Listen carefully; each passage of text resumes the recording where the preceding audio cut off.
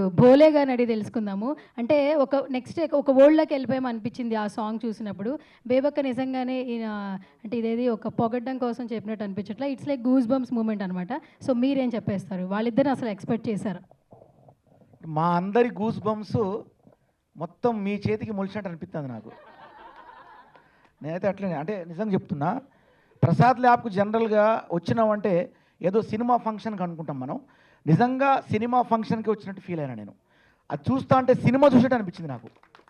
ఉసురే అనే ఆ టైటిల్ వింటుంటే ఇది సినిమా అనేలాగానే ఈ పాట ఒక పాటలో ఇంత అద్భుతంగా లొకేషన్స్ ఎంత కష్టపడ్డారంటే మీరు నిజంగా స్టార్టింగ్లో ఉసురు తీసుకున్నాడు అమ్మ వీడు విలను, ఇంత అందమైన అమ్మాయికి ఏంట్రా అసలు ఇట్లా చేసిండు, ఎవరు ఇంత అందంగా ఉన్నాడు, ఇంత అందగాడు అమ్మ ఈడికేంద్ర నాయన అని అనుకునేటువంటి పరిస్థితులలో ఏం జరిగిందో ఇప్పుడు నేను చెప్పొద్దు, ఎందుకంటే మళ్ళీ సస్పెన్స్ పోద్ది, మళ్ళీ థ్రిల్లింగ్ పోద్ది. కాబట్టి రియల్లీ నేను ఇప్పుడు అంటే ఈ ప్రోగ్రాంకి వచ్చిన కాబట్టి మిమ్మల్ని ఖచ్చితంగా పొగడాలి అని కాదు, మనస్ఫూర్తిగా చెప్తున్నా.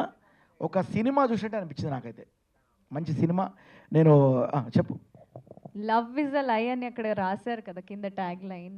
లవ్ నిజంగానే మనం తెలుసుకోలేము లవ్ ఎలాంటిది అని.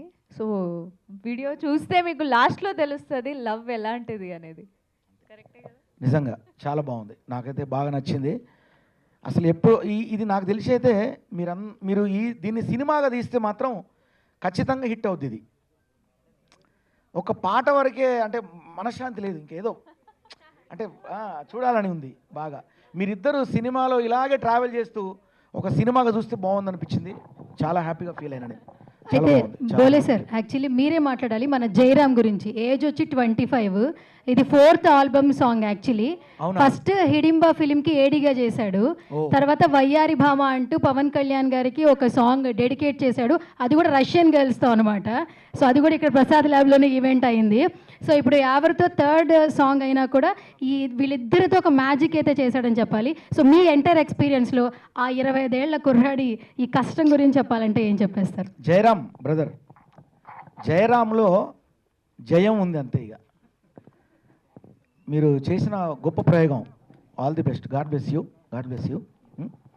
బాగుంది.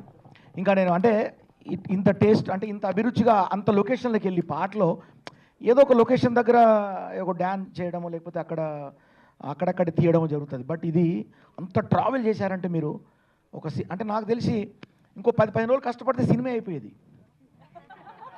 నిజంగా నేను ఊరికే అనట్లేదు, మీరు నా మనసులో మాట చెప్పారు మీరు. లేదు రియల్లీ చాలా Jayaram brother.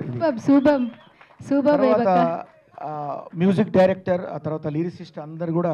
Bhole sir first time Kalabhairava గారు ఒక మ్యూజిక్ ఆల్బమ్ చేయడం అనమాట. సో ఫస్ట్ అందరం స్పెషల్ థ్యాంక్స్ ఆయనకి చెప్పుకోవాలి. అప్కమింగ్ డైరెక్టర్ అని చెప్పుకోవచ్చు, బట్ ఒక ఆల్బమ్ సాంగ్ కి కాలభైరవ గారితో సాంగ్ పాడించాడు. గ్రేట్. కాలభైరవ గారు అంటే ఒక పెద్ద సినిమా లాగానే ఉంది ఇది. అంటే ఒక బాహుబలి అట్లా అంటే నేను అనేది ఒక సినిమా ట్రావెల్ ఎలా అయితే ఉందో అలాగే ఉంది ఇదంతా. 3D animation చేశారేమో. గ్రేట్. మా అందరికి ఒక ముందే ఇన్స్పిరేషన్ ఇచ్చారు మీరు. మా సీజన్ 7లో మా శివాజీ అన్న హిట్లతో స్టార్ట్ చేసిండ్రు. మొన్న మీ అందరికి తెలుసు కోర్టు సినిమా, అలాగే కోర్టు తర్వాత మళ్ళీ ఇప్పుడు ఇది రాబోతుంది. సో సీజన్ 7లో ముఖ్యంగా చెప్పుకుంటే శివాజీ అన్న తర్వాత మళ్ళీ మా యావర్ నిలబడడం చాలా హ్యాపీగా ఉంటుంది నిజంగా. తర్వాత శుభశ్రీ, చాలా శుభం జరుగుతుంది మీకు డెఫినెట్గా దీంతో. నిజంగా చాలా బాగుంది. నైస్. Thank you.